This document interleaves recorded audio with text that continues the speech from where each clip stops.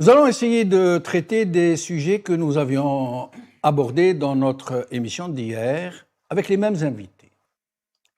Ces catastrophes, c'est le mot idoine qui surgit chaque été en Algérie et qui était donc prévisible et qui à chaque fois prennent le système au dépourvu. Feux de forêt, pénurie d'eau, grosse panne électrique, carence abyssale dans la gestion de la saison estivale, etc., etc., etc.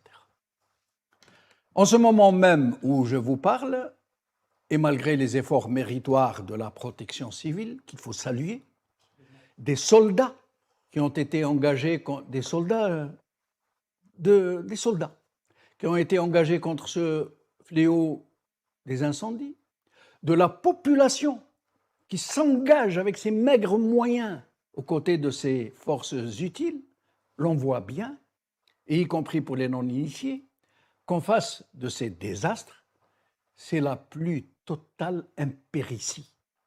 La gestion au pifomètre et une communication éhontée qui ne recule devant rien pour désigner ses habituels boucs émissaires, le Mrzen, les gens du MAC, les ennemis de l'étranger, qui auraient ainsi allumé les feux pour nuire au pays.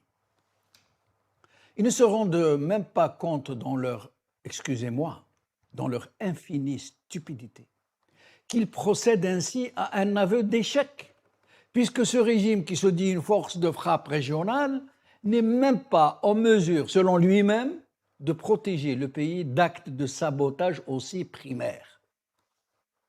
Il en est ainsi de tous ces fléaux estivaux récurrents qui s'invitent dans la vie des Algériens à chaque été, incendies ravageurs, pénurie d'eau, panne généralisée d'électricité, etc., etc. Le plus révoltant est qu'hormis quelques lampistes qui sont sacrifiés et jetés en pâture à chaque fois à la foule, comme on dit, personne au sein de ce pouvoir ne répond de ces carences ni de ces impérities. Circuler, il n'y a rien à voir.